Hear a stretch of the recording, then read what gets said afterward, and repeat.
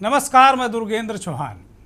उत्तर प्रदेश में सबसे बड़े शहर कानपुर में सीएमओ और डीएम का विवाद ऐसा रूप ले चुका है कि ऐसा लग रहा है कि पूरा शहर ही नहीं, पूरा उत्तर प्रदेश, यहाँ का राजनीतिक और प्रशासनिक अमला दो खेमों में बंट चुका है। और कुल मिलाकर अगर देखा जाए तो आज सीएमओ के सस्पेंशन के बाद जो परिस्थितियां जो बनी, उसके बाद से ऐसा लगने लगा है कि क्या राजनीतिक लोग क्या दो खेमों में बंट गए हैं। और धीरे धीरे करके ये भी जनता के बीच संदेश जाने लगा है कि अगर सीएमओ को सस्पेंड किया गया है तो क्या उनका पक्ष कमज़ोर था, या जो लोग सीएमओ के साथ में थे क्या वो भ्रष्टाचार के साथ में खड़े हो गए हैं। ये बहुत सारे सवाल हैं, बहुत सारे इसके जवाब भी हो सकते हैं। लेकिन ये केवल एक शहर का मसला नहीं है। उत्तर प्रदेश के कई शहरों में इस तरीके के वाक़ये हो रहे हैं। जौनपुर में डीएम ने इंजीनियर को कमरे में बंद करके मारा। क्या हो रहा है? इस तरीके के वाक़ये एक सिस्टम पर सवाल उठाते हैं, पूरे तंत्र पर सवाल उठाते हैं, प्रशासनिक तंत्र, शासन सत्ता के तंत्र पर सवाल उठाते हैं। और जब एक सीएमओ डीएम पर लगातार टिप्पणी करने, उन्हें गालियां देने के आरोप में जब उसके खिलाफ कोई कार्रवाई की बात कोई कलेक्टर करता है तो उसके साथ बहुत बड़े बड़े सत्ताधारी दल के बहुत बड़े बड़े नेता खड़े हो जाते हैं। मुख्यमंत्री और स्वास्थ्य मंत्री को पत्र लिख देते हैं। तो मामला यहीं तक नहीं रहता, डीएम के समर्थक विधायक भी खड़े हो जाते हैं और वो मुख्यमंत्री को पत्र लिखते हैं कि सीएमओ बड़ा भ्रष्टाचारी है। अब ये शासन को तय करना है कि बड़ा भ्रष्टाचारी कौन है। लेकिन फिलहाल कानपुर के सीएमओ डॉक्टर हरिदत्त नेमी को सस्पेंड कर दिया गया है। इसके बाद नेमी ने एक प्रेस कॉन्फ्रेंस की और उन्होंने उस पर बहुत विस्तार से डीएम पर गंभीर आरोप लगाए कि उनसे जाति सूचक शब्द बोलते हुए उन्हें अपमानित किया गया और यहाँ तक कि उन्हें गुद्दे भी लगाए गए। डीएम ने उन्हें गुद्दे भी मारे। कानपुरिया भाषा में गुद्दे चपत लगाने को कहते हैं। तो ये भी बात उन्होंने प्रेस कॉन्फ्रेंस में कही कि उन्हें पुश किया गया गर्दन के पास। शुद्ध भाषा में कहा जाए तो गुद्दे मारे गए और वो दलित हैं, ये कार्ड भी खेला गया। और इस सारे सिस्टम में बहुत सारे सवाल उठने के बाद आज सीएमओ जो सस्पेंड हुए हैं नेमी साहब, उन्होंने ऐलान कर दिया कि वो यहीं चुप नहीं बैठेंगे। वो शासन के इस निर्णय के खिलाफ, जिससे उन्हें सस्पेंड किया गया जिस निर्णय के तहत, उसके खिलाफ वो कोर्ट जाएंगे। तो अब सवाल है कि ईमानदारी का ये टेस्ट भी है और सवाल भी है। अब देखते हैं जीतता है कौन।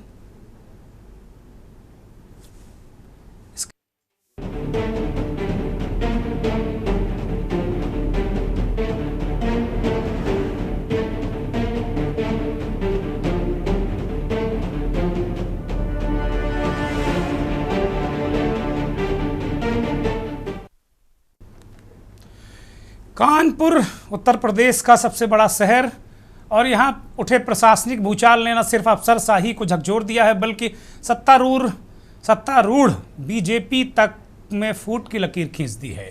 तेज तर्रार डीएम जितेंद्र सिंह और विवादित सीएमओ हरिदत्त नेमी की जंग ने वो सियासी रंग ले लिया है जिससे सरकार के माथे पर भी चिंता की लकीरें हैं, सिस्टम के माथे पर भी चिंता की लकीरें खींच गई हैं।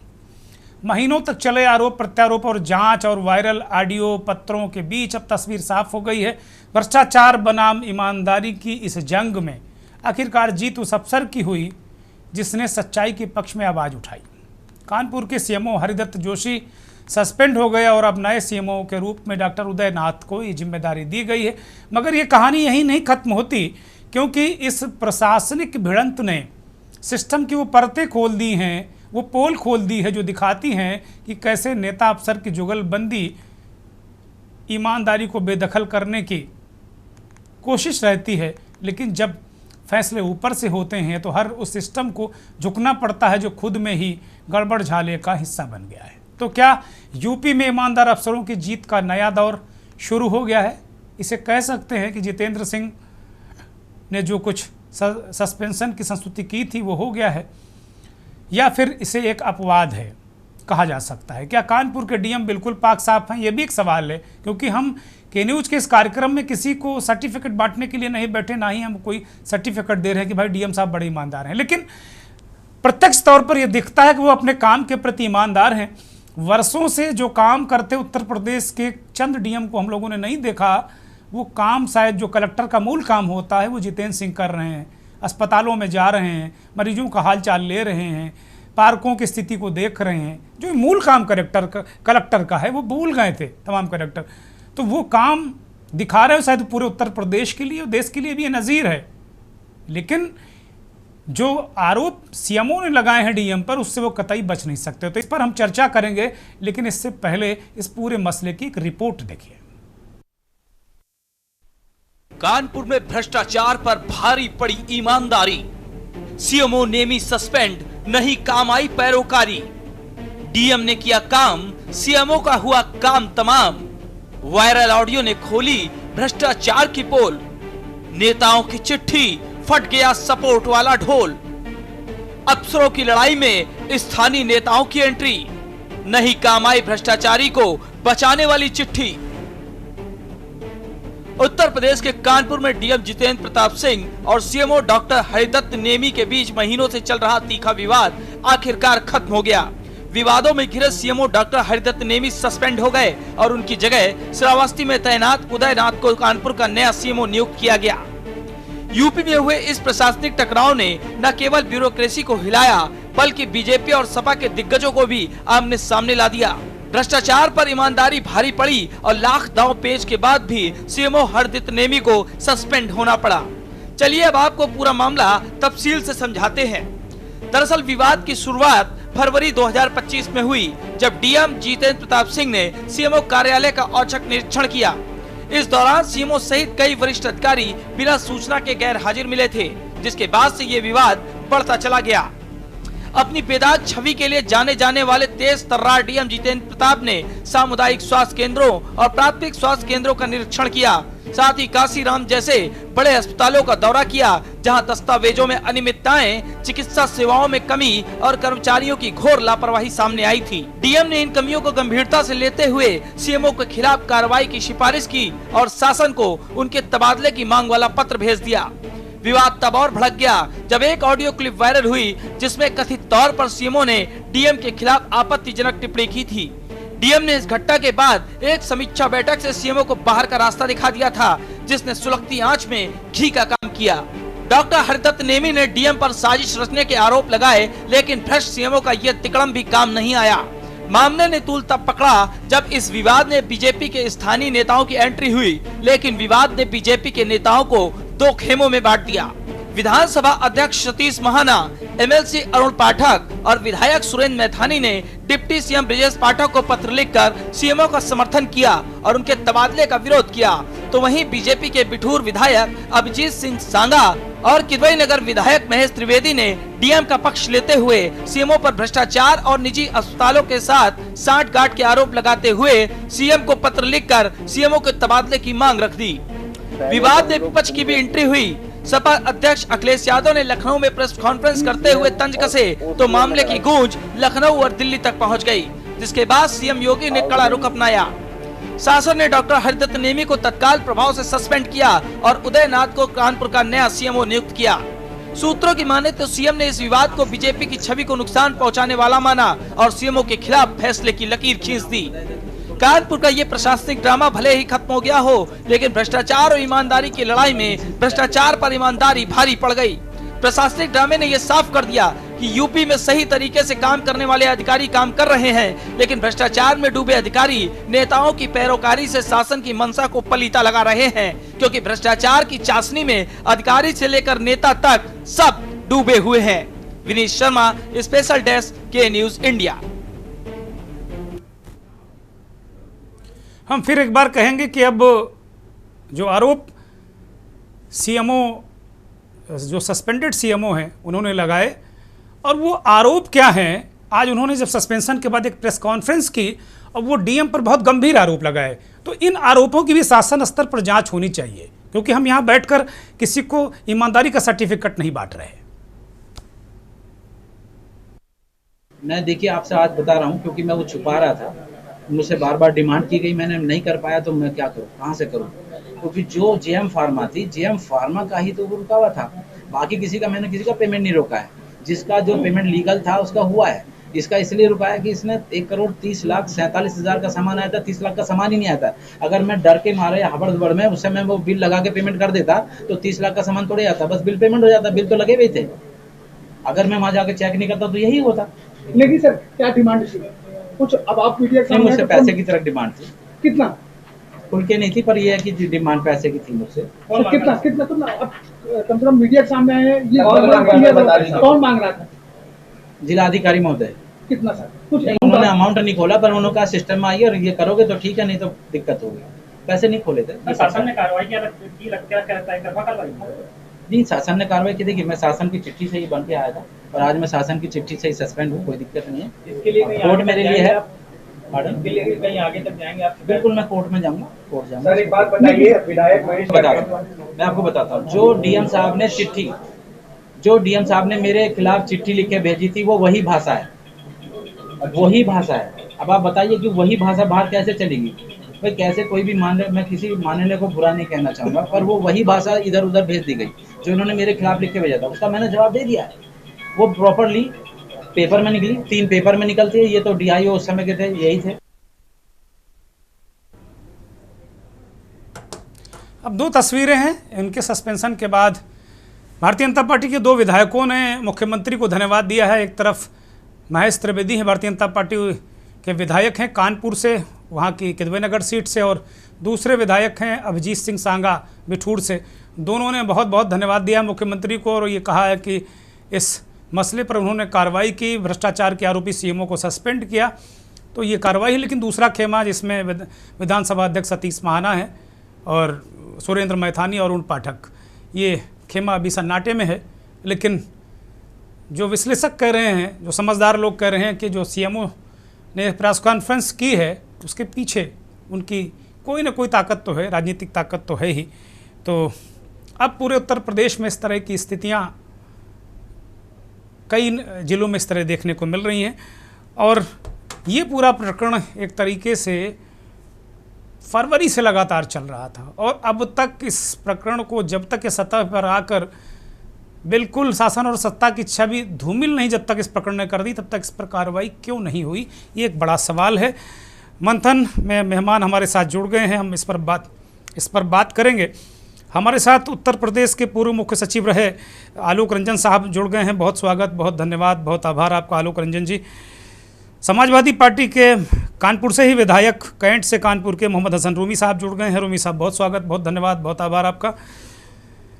कैंट से ही पूर्व विधायक रघुनंदन सिंह भदौरिया भी हमारे साथ जुड़े हैं, भारतीय जनता पार्टी के विधायक रहे हैं, भारतीय जनता पार्टी के नेता हैं रघुनंदन सिंह भदौरिया, आपका भी बहुत स्वागत, बहुत धन्यवाद, आभार आपका।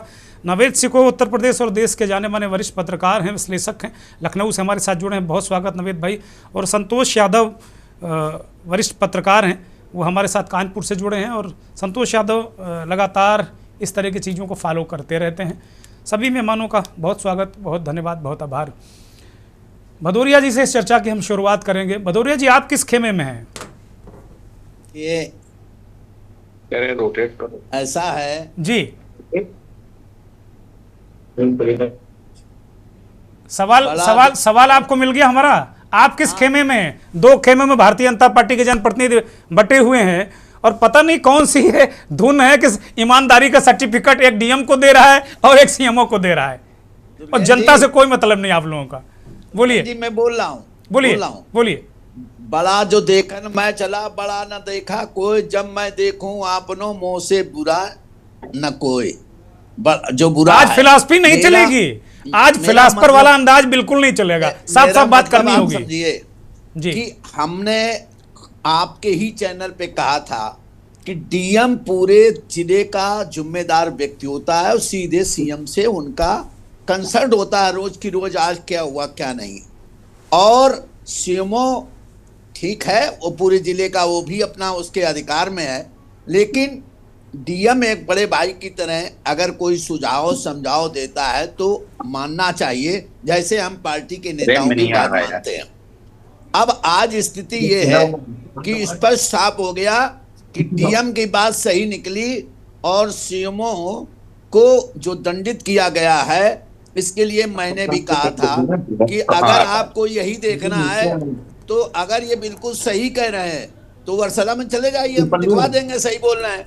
बाकी दंडित तो रोज हो रहे हैं, जहां शिकायत होती है, जहां हम लोग कहते हैं, जहां आप लोग कहते हैं, उस पे सरकार के बैठे हुए नुमाइंदे करते हैं। नहीं, हम लोग की तो नहीं मानी जा रही, मैं इंटरप्ट कर रहा हूं, हम लोग तो नहीं मानी जा रही। जगह जगह बोर्ड लग गए कि पत्रकार ना घुसने पाए। तो अस्पतालों की भी हालत है और सरकारी विभागों की भी हालत है, पत्रकारों की तो बुरी गति है।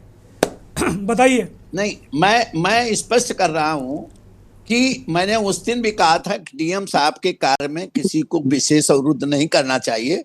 और मैंने उस दिन भी एक बात कही थी कि सीएमओ जा रहे थे महाना जी के पास, वो हमारे नेता हैं, सीएमओ जा रहे थे अरुण पाठक और सुरेंद्र मैथानी के पास। अब जो कोई व्यक्ति जाता है तो निश्चित ही उसके जब भाव होते हैं, सोचते हैं एक चिट्ठी लिख दो यार बला टली, तो बला टले वाली ये चिट्ठी थी, कोई प्रतिष्ठा वाली नहीं थी। ये सारे नेता हमारे हैं और जिस तरह से है खेमे की कोई बात नहीं, मैं तो सबका हूँ, छोटा हूँ, सबसे छोटा हूँ, मैं किससे खेमा करूँगा। खेमे में तो जो बड़े हैं वो समझे, लेकिन मेरा कोई खेमा नहीं है। मैं वास्तविक बात रखता हूँ कि डीएम साहब की जिस तरह से रोज की दिनचर्या आज दिख रही है, गरीबों की मदद जगह जगह पे जो जिस तरह से सवेरे शाम तक लगे रहते हैं, ये हमारे डीएम साहब का अच्छे व्यवहार, अच्छे विचार है। उनका काम है, स्वागत करता हूँ, स्वागत किया हूँ। ये उनका काम है भदौरिया जी, ये उनका काम है, कलेक्टर इसीलिए बनता है।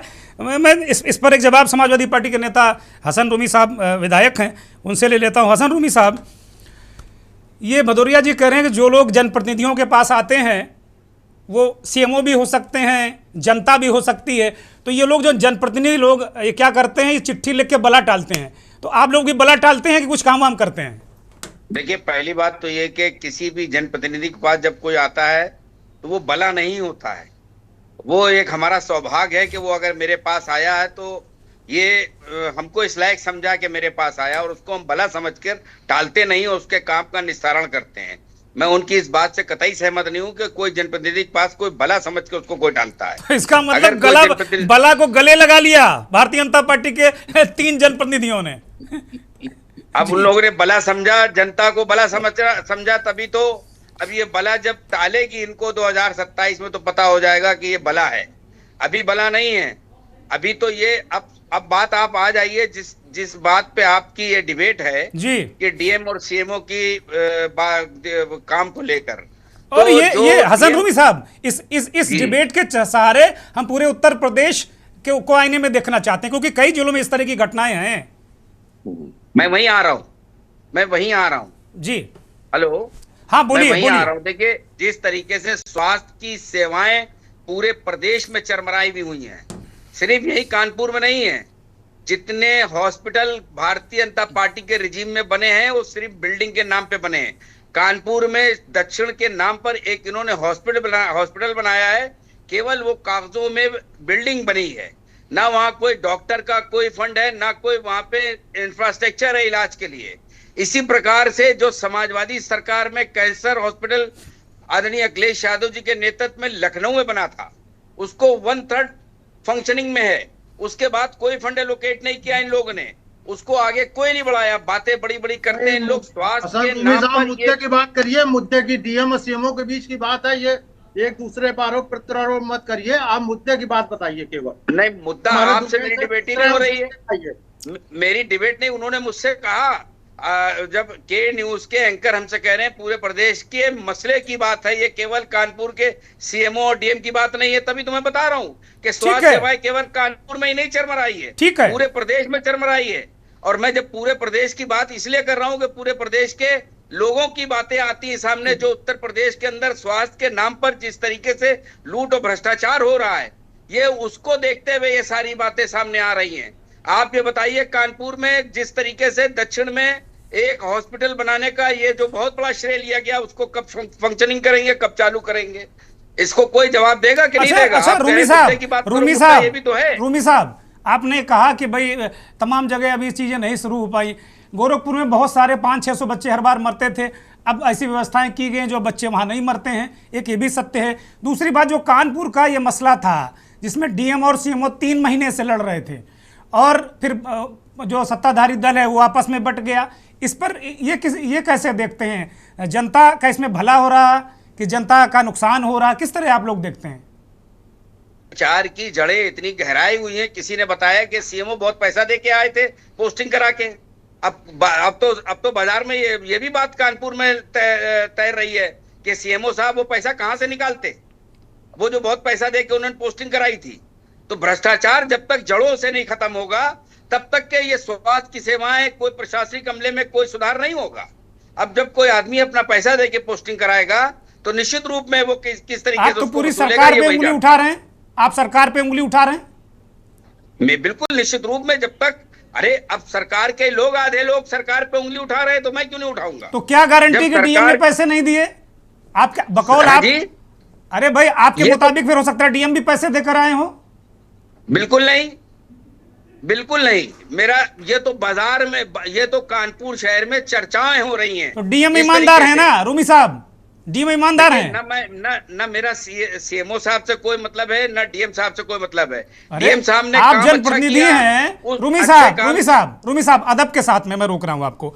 आप जनप्रतिनिधि हैं, विधायक हैं। अगर आपका जिले के डीएम और सीएमओ से मतलब नहीं तो ये भी सवाल उठाता है। आपका तो मतलब है, आप जनता के कामों के लिए बोलते होंगे उनको। मैं डीएम साहब के आचरण की तारीफ करता हूं कि उन्होंने कम से कम अपनी ड्यूटी का निर्वाह किया। अपनी ड्यूटी को देखते हुए उन्होंने कम से कम जहां पे जिले में अनियमितताएं उनको मालूम हुई, वो जाके उन्होंने औचक निरीक्षण किया। अगर उसका राजनीतिकरण ना होता तो निश्चित रूप में व्यवस्थाएं दुरुस्त। ठीक बात। अब जब उसका राजनीतिकरण हो गया तो निश्चित रूप में बात बहुत दूर तक चली गई, और बात इस हद तक के चली गई कि भारतीय जनता पार्टी के विधायक 2 खेमों में बट गए। अब मेरा तो उन्हीं से कहना है कि क्यों बढ़ गए 2 खेमों में। जो अच्छा था उसको अच्छा कहते सब मिलकर, जो काम अच्छा हो रहा था उसको अच्छा कहते लोग मिलकर। जब अच्छे काम को डीएम साहब कर रहे थे तो सारे बीजेपी के हमारे साथी यही कहते कि आप उनको उनका काम करने दिए, हमको राजनीति यहाँ पे नहीं करनी चाहिए। ठीक बात है, ठीक बात है।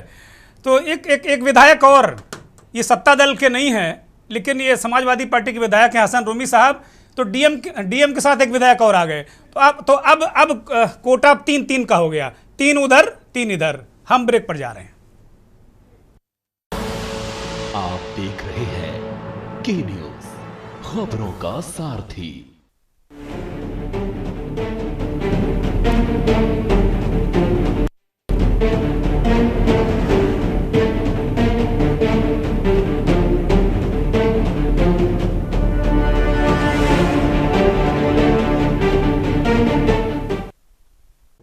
भ्रष्टाचार पर भारी ईमानदारी। अब ईमानदार कौन है? हम कोई सर्टिफिकेट यहाँ बांटने को नहीं बैठे हैं, लेकिन ब्रेक से पहले समाजवादी पार्टी के विधायक हसन रूमी ने कहा कि भाई कानपुर के कलेक्टर जितेंद्र प्रताप सिंह कम से कम अपना मूल काम कर रहे हैं और वो जनता के साथ खड़े हैं। ये काम डीएम का होता है, इस तरह के काम अब करते डीएम कम ही दिखते हैं। उत्तर प्रदेश के आईएएस अफसरों के बारे में कहा जाता है कि वो जिले सुबानी है। एक बहुत सीनियर आईएएस अधिकारी रही हैं, उन्होंने किताब भी लिखी है, इस वक्त उनका रेफरेंस मुझे याद नहीं है। उत्तर प्रदेश के पूर्व मुख्य सचिव आलोक रंजन साहब हमारे साथ लगातार जुड़े हैं। आलोक रंजन साहब की तरफ मैं रुख करूंगा। आलोक सर, इस तरीके के 2 विभागों का मसला, डीएम ओवरऑल पूरे जिले का इंचार्ज होता है, जो हम लोगों ने बचपन में पढ़ा कि जिलाधीश के अंडर में सब कुछ होता है। आप भी कलेक्टर रहे हैं तमाम जिलों में। कलेक्टर और सीएमओ फरवरी माह से आपस में लड़ रहे हैं, एक दूसरे पे आरोप लगा रहे हैं, पब्लिकली सब सारी चीज़ें हो रही हैं। शासन सत्ता के लोग कान में उंगली डाल के बैठे हुए थे, और इन 2 अफसरों के बीच फिर नेताओं का क्या काम है? आलोक जी, नेता कूद पड़े। कोई दिक्कत दिखाएंगे मेरे लिए। आलोक जी। जी हाँ, नहीं मैं तो ये कहूँगा, मैं ये कहना चाहूँगा कि जो भी हो रहा है ये बड़ा दुर्भाग्यपूर्ण है। मैं कहूँगा मैं भी कई जिलों में डीएम रहा हूँ, एक नहीं 5-5 जिलों में डीएम रहा हूँ जी। और जिले में काम तभी होता है जब जिले में पूरा डीएम के अंदर पूरी टीम जो है एक टीम स्पिरिट के साथ जो है काम करती है, तभी जनता की आकांक्षाएं जो है पूरी होती हैं, जनता की समस्याएं जो हैं वो दूर हो पाती हैं, जो कि मूल उद्देश्य है पूरे प्रशासन का।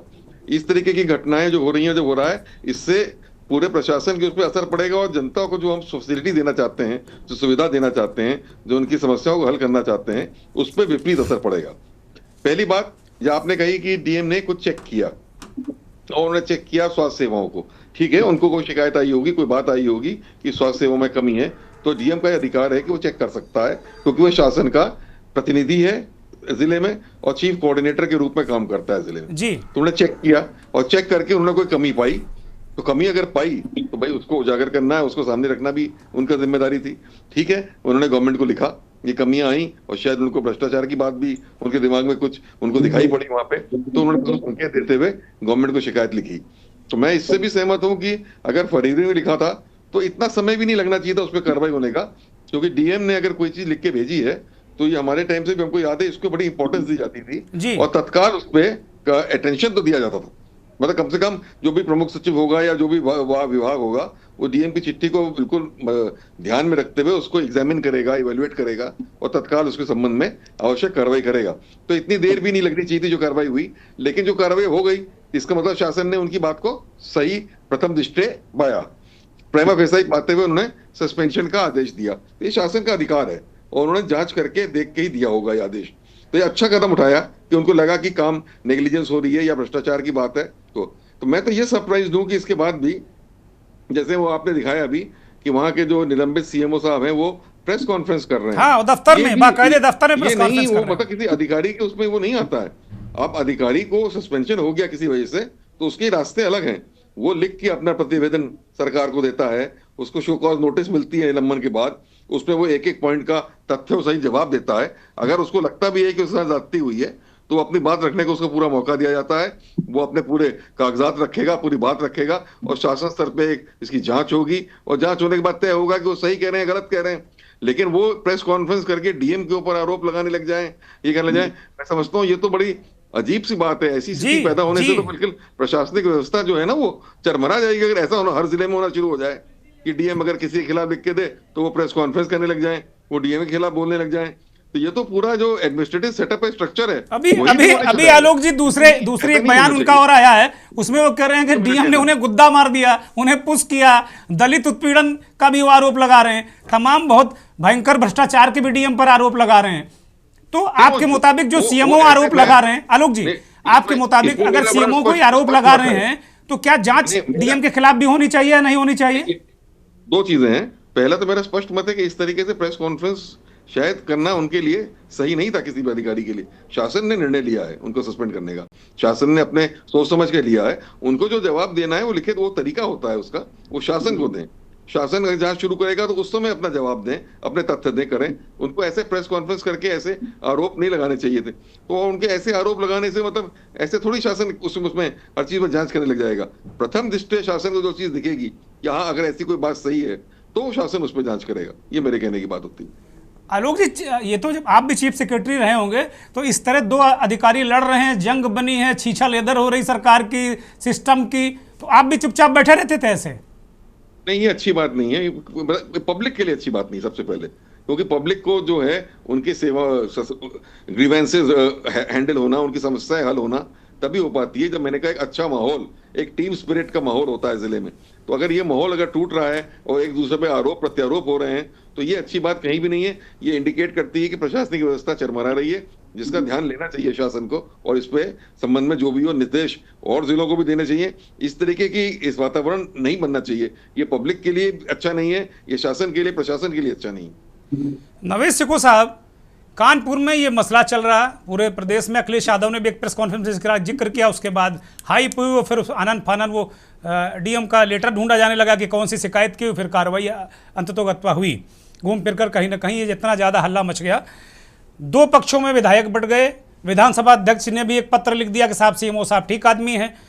आज जब शासन ने कार्रवाई कर दी सीएमओ के खिलाफ, तो जो लोग सीएमओ के पक्ष में चिट्ठी लिखने वाले लोग हैं उनके क्रेडेंशियल को लेकर क्या जनता के बीच संदेश जा रहा है?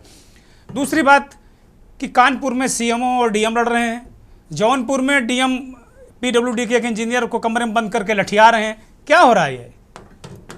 सीएमओ के पक्ष में जिसने चिट्ठी लिखी वो बहुत महत्वपूर्ण पद पर हैं, जनप्रतिनिधि हैं। और एक बात यहाँ हुई थी कि जनप्रतिनिधियों के पास में आम जनता जाती है अपनी फरियाद लेके, उनका काम है चिट्ठी लिखते हैं। आमतौर से एक भाषा उनका पीएस जो है जनप्रतिनिधि का इस्तेमाल करता है कि आप देख लें, नियमानुसार इनकी समस्या समझ लें, इनका काम कर दें, ऐसा होता है। लेकिन ये बात यहाँ तो लागू नहीं होती है कि अगर विधानसभा अध्यक्ष या किसी बड़े पद पर बैठा कोई जनप्रतिनिधि सीएमओ की कोई ईमानदारी की चिट्ठी लिख रहा है कि साहब ये इनके पक्ष में फैसला होना चाहिए, ये सही है, इनके आरोप सही है, इनको फंसाया जा रहा है, तो ये तो बड़ा आंख बंद करके नियमानुसार काम कर दें, देख लें, ये वो वाला नहीं है। यहाँ नोटिंग होगी, पूरा रिसर्च होगा, और सीएमओ का मामला है, ये किसी आम जनता का ये मामला नहीं है कि हमारे घर के सामने जैसे भदौरिया जी कह रहे थे बला टली, तो ये बला नहीं थी, ये सीरियस मसला था, जनता बला है, गंभीर मामला था जी। और महाना जी ने या किसी और ने ऐसे ही चिट्ठी नहीं लिख दी होगी, मामले को समझा होगा, तथ्यों को जाना होगा। आलोक रंजन जी इस पैनल में बैठे बहुत अनुभवी हैं, कई सरकारों में बहुत महत्वपूर्ण पदों पर रहे हैं। आलोक जी भी इस बात को कबूल करेंगे कि हर दौर में, हर जमाने में, हर सरकार में थोड़ा बहुत पावर सेंटर होता है, अलग अलग नौकरशाही की लॉबी होती है, कुछ थोड़ा सा मन मुटाव होता है, प्रतिस्पर्धा होती है, ये सब तो होता है। लेकिन इस समय जो अंदर ही अंदर चल रहा है पूरे उत्तर प्रदेश में नौकरशाही में, उसके कुछ संकेत मिल रहे हैं, कुछ सुगबुगाहट मिल रही है, और ये घटना, ये मामला उसका अलार्म है, बड़ा विस्फोट होने वाला है। खबरें आ रही हैं अंदर से, पावर सेंटर्स अलग अलग इतने भयानक तरीके से लॉबी तैयार हो गई है एक दूसरे को खत्म करने, मतलब एक दूसरे की प्रतिष्ठा खत्म करने के लिए। मैं आपको बिल्कुल तथ्यों के साथ बताऊंगा कि एक बड़ा नौकरशाह दूसरे नौकरशाह के खिलाफ सुपारी दे रहा है। कुछ गैंग होते हैं, ब्लैकमेलर्स गैंग होते हैं हर समाज में, हर जमाने में। कोई आरटीआई का दुरुपयोग करता है, कोई फर्जी शिकायत पत्र भेजने का माहिर होता है, कोई फर्जी तरीके से जनहित याचिकाएं डालता है, कोई फर्जी तरीके से मुकदमे, इसके एक्सपर्ट्स होते हैं। वो गैंग हायर किए जा रहे हैं। एक बड़े पद पर बैठा नौकरशाह अपने प्रतिद्वंदी को बदनाम करने के लिए सुपारी दे रहा है, और दूसरा अपने प्रतिद्वंदी के खिलाफ एक बड़ी साजिश कर रहा है। इतनी ज्यादा आपस में प्रतिस्पर्धा चल रही है जिससे जनहित में काम क्या होंगे, बेलगाम हो गई है नौकरशाही। अलग अलग लॉबी, अलग अलग पावर सेंटर, और कहीं ना कहीं एक दूसरे को खत्म कर देने के लिए, सस्पेंड कर देने के लिए, बदनाम कर देने के लिए, मतलब जबरदस्त तरीके से लॉबिंग तैयार हो गई है। और अभी इस बात के कुछ संकेत, कुछ मरमरिंग सामने आई है। आने वाला समय सरकार के लिए मुसीबत बनने वाला है। योगी सरकार बहुत ही तेज तर्रार सरकार है, अच्छा नेतृत्व है, बेहतर काम करना चाहती है, लेकिन अंदर क्या पकड़ा है और किस तरीके से एक दूसरे के खिलाफ साजिश कर रहे हैं, एक दूसरे को भ्रष्टाचारी साबित करने के लिए, उनके प्रमाण देने के लिए, जो एक शब्द इस्तेमाल मुझे नहीं करना चाहिए है, लेकिन इस्तेमाल करना चाह रहा है कि एक तरह से गैंग वॉर जैसे नहीं होती है कि हम अपने प्रतिद्वंदी को इतना बदनाम कर दें, इतना खत्म कर दें, और उसके अंदर ही अंदर जो सुपारियां दी जा रही हैं, इसके कहीं ना कहीं आप लोक भवन एनेक्सी में ज्यादा जाने वालों को इस तरह की खबरें और इस तरह के इशारे, इस तरह के सबूत मिल रहे हैं, और ये माहौल बता रहा है कि आने वाले समय में नौकरशाही के बीच अलग अलग जो एक प्रतिद्वंदिता जबरदस्त तरीके से चल रही है, ये सरकार के लिए मुसीबत बन जाएगी। इसको संभाल नहीं पाएगा सर बीजेपी का जो नेतृत्व। नवीद भाई मैं आता हूं, आलोक जी से जवाब ले लेता हूं। आलोक जी, नवीद सिंह बहुत पढ़े हुए पत्रकार हैं, और ये जो कह रहे हैं कि एनेक्सी और लोक भवन जो फ्रीक्वेंटली लोग आते जाते हैं, तो ये उनमें भी शामिल हैं, ये रोज जाते हैं, तो हवा पानी इनको मिलता रहता है वहाँ से क्या क्या चल रहा है। अब ये कह रहे हैं, ये तो बहुत ही मतलब लफ्ज़ों को बहुत नाप तोल कर बोलते हैं, लेकिन जिन शब्दों का इन्होंने इस्तेमाल किया, जिन अल्फाज का इस्तेमाल किया इन्होंने कि गैंग बन गए हैं, सुपारी दे दी गई है, ये तो बड़ी भयानक स्थिति है आलोक जी। कैसे जनता का कल्याण कैसे होगा? मैं तो जो सुन रहा था उसी से मुझे एहसास हुआ उस समय कि ये तो वाकई अगर ये इसमें सच है तो ये बहुत भयानक स्थिति है। और अगर इतनी ऐसी प्रतिस्पर्धा, कंपटीशन तो होता है ऑफिसर्स में और डॉक्टर्स में, कंपटीशन तो होता रहता है, ये तो मैं माना हर समय होता है। उच्च पोस्ट पर जैसे पिरामिड कम होता जाता है ऊपर जाने के लिए, तो प्रतिस्पर्धा या वो तो होता है। लेकिन वो कॉन्फ्लिक्ट अगर ऐसी हो जाए डिस्ट्रक्टिव बिल्कुल कि एक दूसरे को डिस्ट्रॉय कर रहे हैं, तो एक दूसरे को डिस्ट्रॉय नहीं कर रहे हैं, पूरी शासन और प्रशासन की व्यवस्था को डिस्ट्रॉय कर दे रहे हैं, तो फिर तो ये बहुत ही गंभीर बात है। और शायद यही वजह है आलोक जी, शायद यही वजह है कि जो ऊपर से संदेश आया है वो सीएमओ जैसे अधिकारी जिले में डीएम से भिड़ रहे हैं, कहीं इंजीनियर डीएम से भिड़ रहा, तो यही वजह होगी संदेश ऊपर से नीचे तक जो आया। लोग कहते हैं ना पानी भी नीचे ही आता है। हाँ नहीं, वो बिल्कुल सही बात आप कह रहे हैं कि वो जो जैसे जिले में आप कह रहे हैं कि यहाँ पे ये हो रहा है, कहीं इंजीनियर और डीएम के बीच की लड़ाई हो रही है, ये अच्छे संकेत बिल्कुल भी नहीं है, अच्छे प्रशासनिक व्यवस्था के संकेत नहीं है। ये प्रशासनिक व्यवस्था चरमरा रही है, इसका संकेत है। और इसको ध्यान में रखते हुए जो उच्च स्तर के अधिकारी हैं और लोग बैठे हुए हैं स्टेट गवर्नमेंट लेवल पे, उनको इसको ध्यान में रखते हुए इसमें एक्शन लेना चाहिए। ठीक बात है।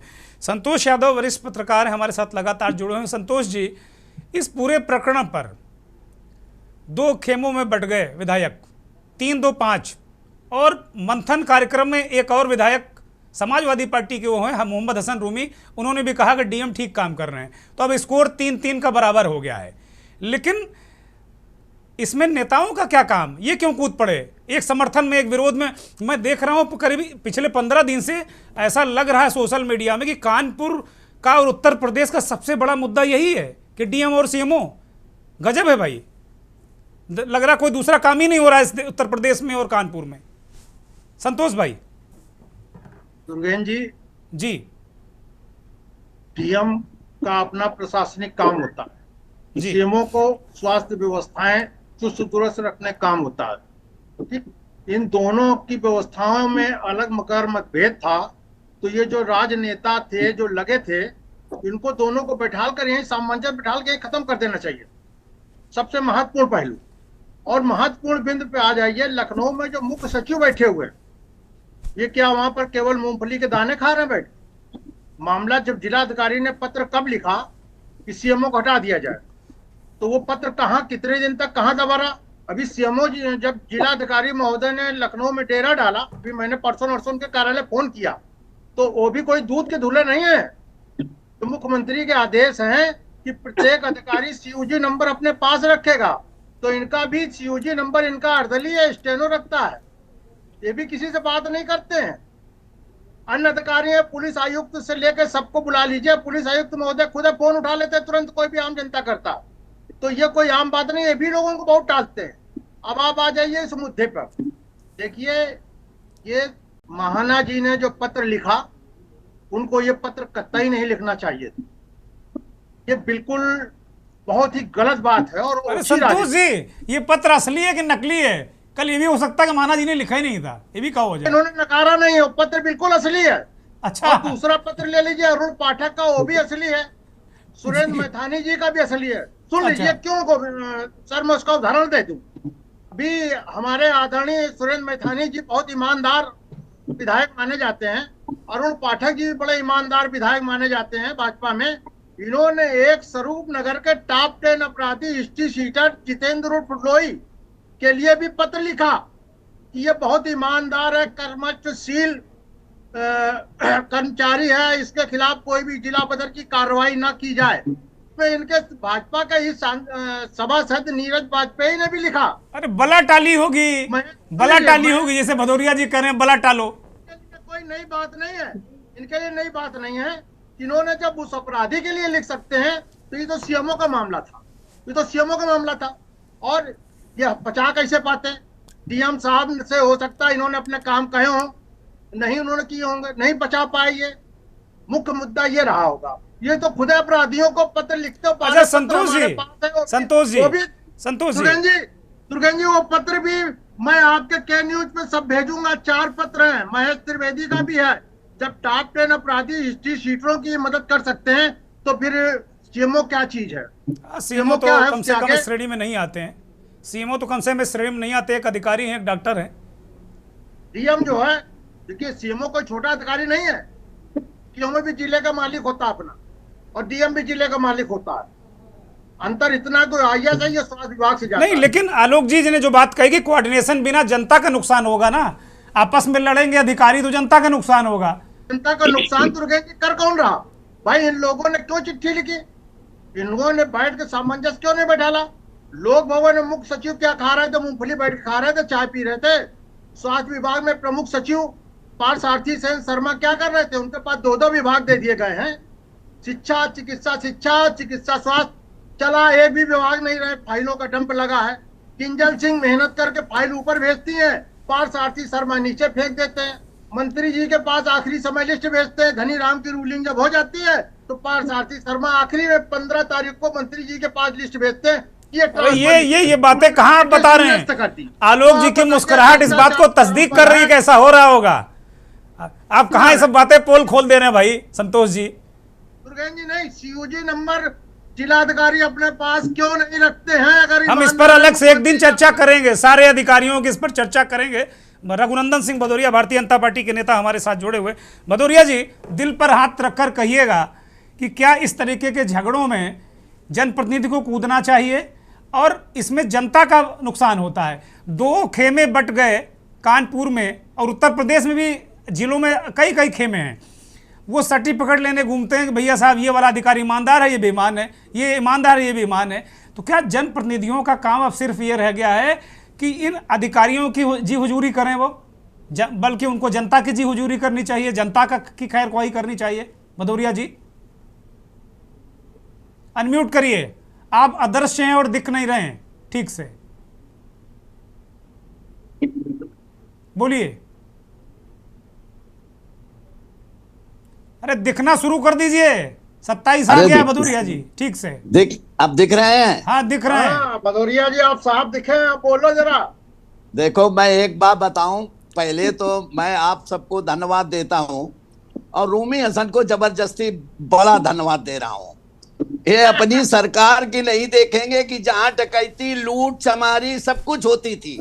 60,000 से असंसदीय शब्दों का प्रयोग बिल्कुल न करें। ज्यादा पुलिस वाले फ्री हुए हैं। असंसदीय शब्दों का प्रयोग न करें भाई। सरकार में एक मिनट में जवाब दे रहा हूं, जवाब इनका भी दे दें, चूंकि जो ये बोल रहे हैं कि बड़ा भ्रष्टाचारी। अरे वो चल्ली का बोले, जैसे सूप का बोले, चल्ली का 900 छेद। तुम्हारे यहाँ तो पूरे परिवार जिसके उसमें तुम राजनीति कर रहे हो, अखिलेश, शिवपाल, मुलायम, सब केवल पैसे के लिए भ्रष्टाचार ही करते थे।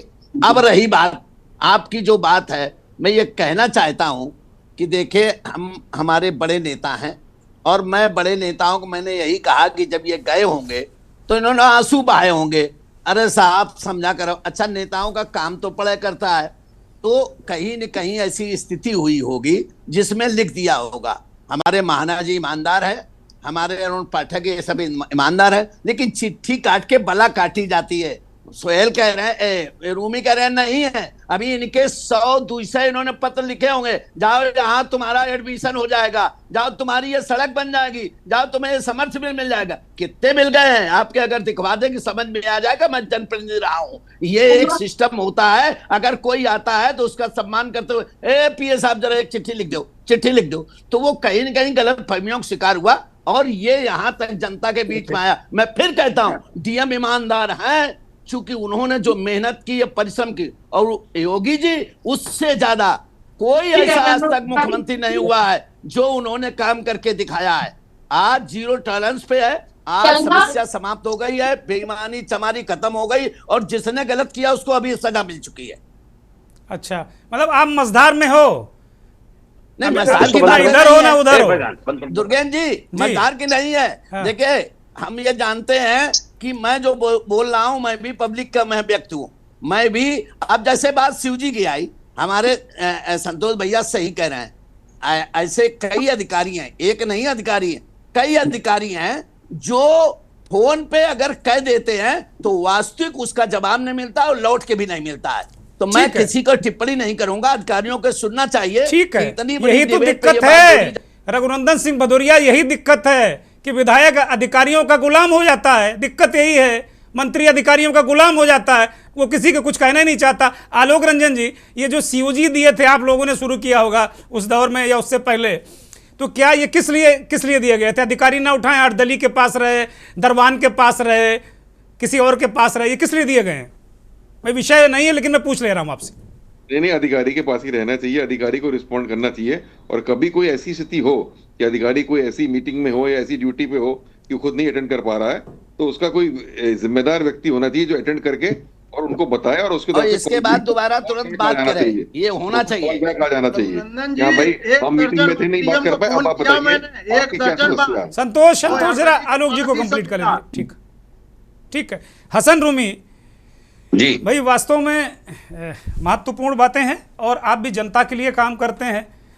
जनता जब इस तरह के झगड़े जिले में होंगे तो जनता का क्या लाभ होगा?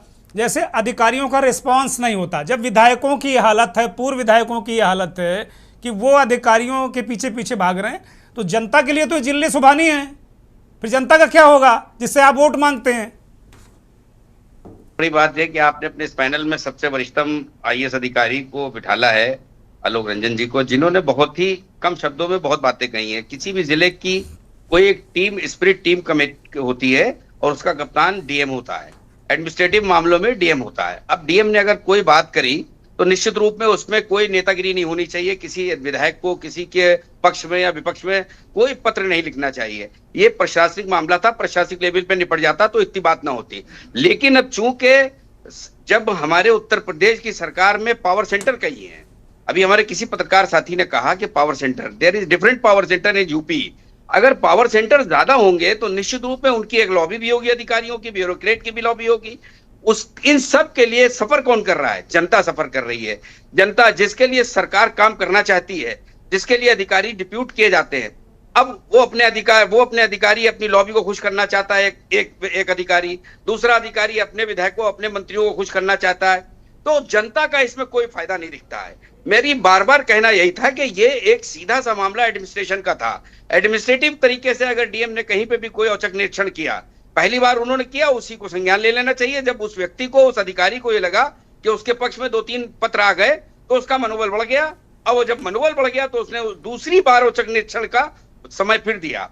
जब दूसरा निरीक्षण हुआ उसके बाद ये बातें इतनी ज्यादा वायरल हो गई। अब हमें सिर्फ ये कहना, चलिए अब इससे सीख ले लीजिए।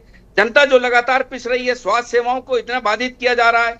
हम लोग दिन भर बैठते हैं, दिन भर में कम से कम 25 फोन ऐसे आते हैं कि जिसमें कहा जाता है कि मेरा एडमिशन नहीं हो रहा है, किसी में कहा जाता है कि डॉक्टर हमसे पैसे मांग रहा है ऑपरेशन के लिए। मैं तो साफ कह रहा हूँ, उर्सला अस्पताल में डिफरेंट टाइम लगातार हमारे पास इस तरह की शिकायतें आती हैं कि डॉक्टर के दलाल लगे हुए हैं।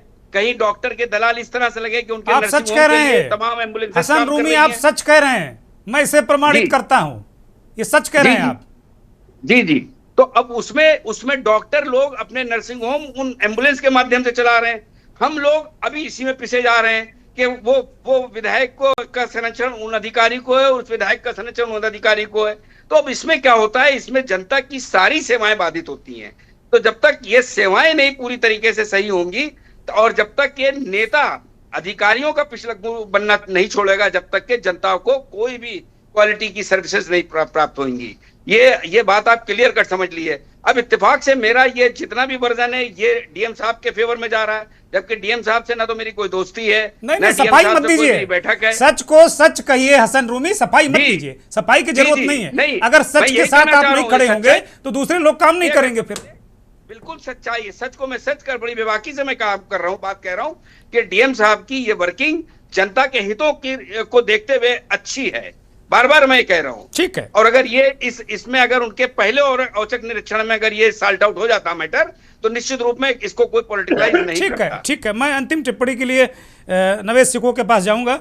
इससे पहले आलोक रंजन जी से एक छोटी सी टिप्पणी लूंगा। आलोक जी, अभी समाजवादी पार्टी के विधायक ने कहा कि भाई जो जनप्रतिनिधि हैं वो इतने ज्यादा जो हुजूरी कर देते हैं कलेक्टर साहब की, सीएमओ साहब की, कि वो बिल्कुल जिले सुबानी हो जाते हैं। वो समझ लेते हैं कि हम लोकतंत्र की इस व्यवस्था से ऊपर हैं। आलोक रंजन जी, नहीं, हम जो बात कही वो ये है कि जो प्रशासनिक चीजें होती हैं जी, उनको प्रशासनिक उसमें ही रखे रहना चाहिए। और अगर उस पे दो अलग अलग तरीके की सिफारिशें हैं वो होनी शुरू हो जाती हैं तो उसमें कॉम्प्लिकेशन हो जाता है सिचुएशन में। और जो अधिकारी जैसे टीम स्पिरिट से काम हो रही है, डीएम लीडर है, अगर उसके नीचे वालों को ये कहीं महसूस हो जाएगा कि उनको कहीं संरक्षण, कहीं पॉलिटिकल कहीं और मिल रहा है, तो वो डीएम की बात नहीं सुनेंगे या वो नहीं सुनेंगे, तो उसमें जो प्रशासनिक व्यवस्था है वो गड़बड़ा जाती है पूरी तरीके से। तो वो कमांड सेंटर जो तरीका है वो बना रहना चाहिए जिले पे, जो प्रशासनिक है। बाकी मतलब चीजें अपने हिसाब से जो है वो तो चलती है, जनप्रतिनिधियों का काम है जनता की बात को सामने रखना, वो तो उनको रखना ही चाहिए, बट वो जो प्रशासनिक चीजें हैं उनको प्रशासनिक ही रहने देना चाहिए। ठीक बात है। नवेश सिको साहब, अंतिम टिप्पणी इस कार्यक्रम की। कुल मिलाकर एक सवाल जरूर उठा। हसन रूमी ने कहा कि भाई नेता ही पिछलग्गू हो गए हैं, किसी इसके पक्ष में सर्टिफिकेट लिखे रखे साहब, ये ईमानदार है ये बेईमान है।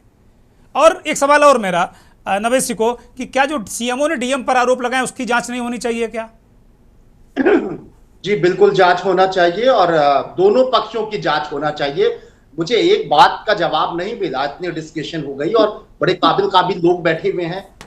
विधानसभा अध्यक्ष पद कोई मामूली नहीं होता है, जब विधानसभा का मुखिया होता है, विधानसभा सत्र जो तय करता है पूरे प्रदेश की जनता की तकदीर, बजट, योजनाएं, सब कुछ, वो उसका मुखिया होता है। विधानसभा सत्र में मुख्यमंत्री से बड़ा कद होता है विधानसभा अध्यक्ष का।